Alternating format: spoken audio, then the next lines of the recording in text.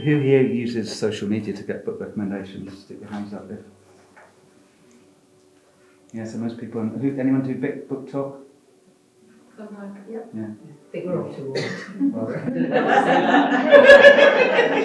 You're not. I only started a book talk recently, and it was just because I felt like my book review was a bit flat because I've been on Instagram and Twitter had been a massive platform for me, and without wanting to get political, I left Twitter last year because I just didn't want to be on that site anymore, but I really felt I was missing something. So I've started a book talk, and there's loads of people kind of our age on there, and you get like a really diverse range of recommendations. Don't be put off by, I think sometimes you go into Waterstones and the books that are on the trending table are the ones They're for very, the younger they are. people. Yeah. But there's loads of book reviewers out there, so if you like TikTok, just definitely have a little look around there. Don't discount it. But it's too easy to get addicted to as well. So just Then you still to recommend one of the books that you bought along? I'll just go for the top one. So, like I said, I had been children's manager for, I think, about 7 years of my career. I was children's manager. And then I was very lucky enough to go on and have two little beautiful babies, and my big baby is going to be 15. Hugh was born with Down syndrome. So I started looking for books that he could see his peers and see himself represented, and there were none. So it's been a bit of a mission throughout my book selling career where there is neurodivergence, where there is your atypical protagonist, that I will jump on it. And there has sadly been very little. We are seen as a trend, neurodivergence, not just in children's books, but in adult books as well. Just more full representation. Daniel Aubrey. He was here on Sunday. Yeah, so Dark Island, it's a neurodivergent character. I was lucky enough, I also read for the Bloody Scotland Crime Festival. I was lucky enough to read that last year, so that was brilliant. So this one is Mizzy Mysteries. There's Is a it a series? series? So it's the first. Good. So there will be more. So buy it, read it, and then Yeah. you'll see more. It was the first in a series, and I actually took an advance copy home to my little 10-year-old who reads like the rest of us, and she absolutely loved it. So I dove in, got in touch with the author, and the main character is a 12-year-old girl with Down syndrome who goes on to solve mysteries, and actually the least interesting thing about her is the fact that she's got Down syndrome. However, when I found it, it's just treasure. Just as a mum and as a bookshop manager and a children's manager, it's lovely to see. So this is Mizzy Mysteries, if there's one book you add to your library, 100%. And actually it ties into all the absolute affection there is for kids' mysteries. So you're taking, They've all loved them at the moment. they love love them huge. So this is probably close to my heart, so it's an actual personal favourite. But yeah, Have you ever thought of writing one yourself? I cannot divulge. I mean, no. The plot I've got down to an absolute C. The writing it, no. Maybe this time. Your daughter could do I'll that. just Absolutely. Yeah. She's only 10. She's got the energy, so ideas I'll leave it probably. at 100%. Oh, that would be great. Sorry. Who's the author? So that's Claire Hatcher-Smith. She does have her own page. It's HarperCollins Publishers. So if you go into HarperCollins, you'll have access to her. She's also got a lovely bit on her page. If you just literally search Mizzy Mysteries or Claire Hatcher-Smith, where there is an address via HarperCollins that the kids can write to her. Oh. So Evie wrote a letter, my wee girl Evie, wrote a letter on behalf of her and her big brother Hugh to say this is just fabulous. Amazing. It got all the way to the author who's in Canada, and she wrote back. So See, that's yeah, what great it's about, affection, thoroughly recommend. Fiona, what are you reading at the moment? Well, Mrs. Dixon ordered a book into the library, and I just thought, this is the weirdest thing. I can't even remember what it's called, but it was the Shelby Van Pelt. The Remarkably Bright Creatures. Well, it's the best thing. It was magnificent. It was about, it explained it was an octopus who was a detective. And you were just like, how stupid is that? I kid you not.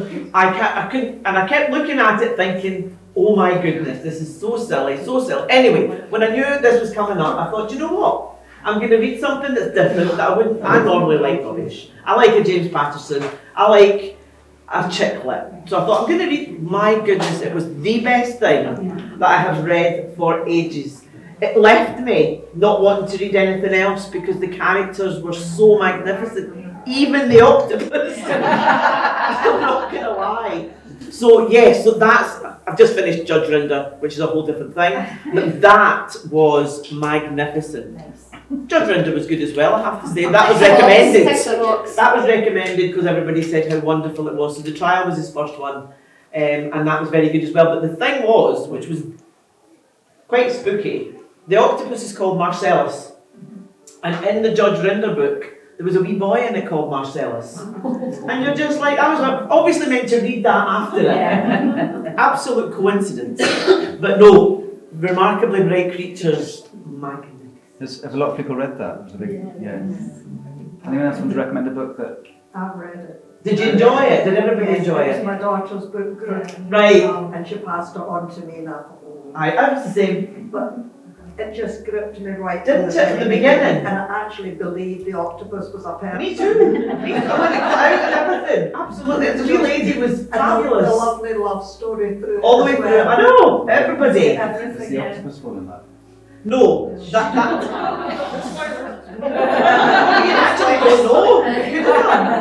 I had stopped reading for a while and it's brought me back to reading. Totally. Because I enjoyed it so much. So much. And it was so easy to read. Yes. It's not heavy. No, and you couldn't put it down. Just lovely. Yeah, no, good. I'm glad everybody else got that. Denise, what's book group fiction? What is a book group book? Because I'm in the centre and city of Glasgow, we do have quite a few book groups, and what you'll find is it's not a universal thing. So we have book groups, one of whom was reading Claire Keegan, I think spurred on by the adaptation of Small Things Like These. So they were very much leaning towards what I, as a bookseller, would describe as the more literary fiction. We had another book group in who wanted every single Sophie Gravia, Glasgow Kiss, Absolutely. all of them, great fun. We actually Swear words. sweary words. People were put off. I mean, obviously, Can you I imagine? know none of them. Neither did I.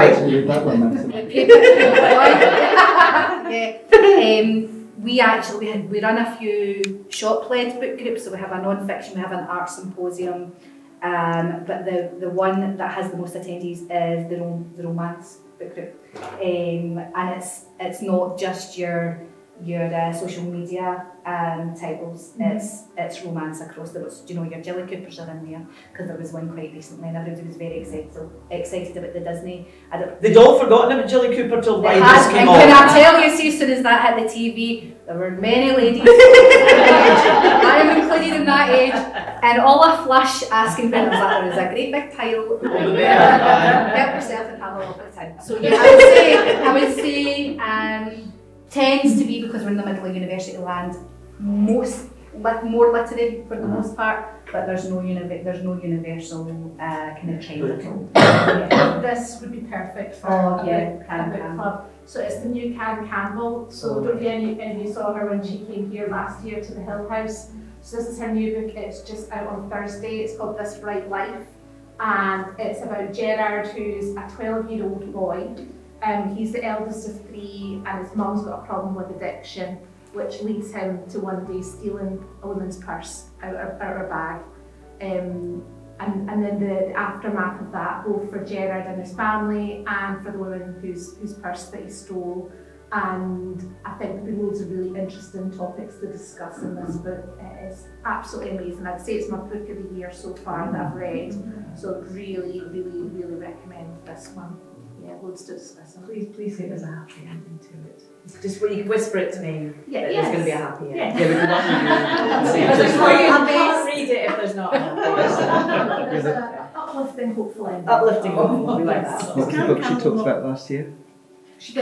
Last year was Paper Paper Cup. Yeah, because you know, that it's just similar. at the end. That's Yeah. about the homeless character Yeah. who makes her way from, I think, Glasgow right. through Yeah. Scotland. Yeah, with someone's engagement ring that she found after a hen do.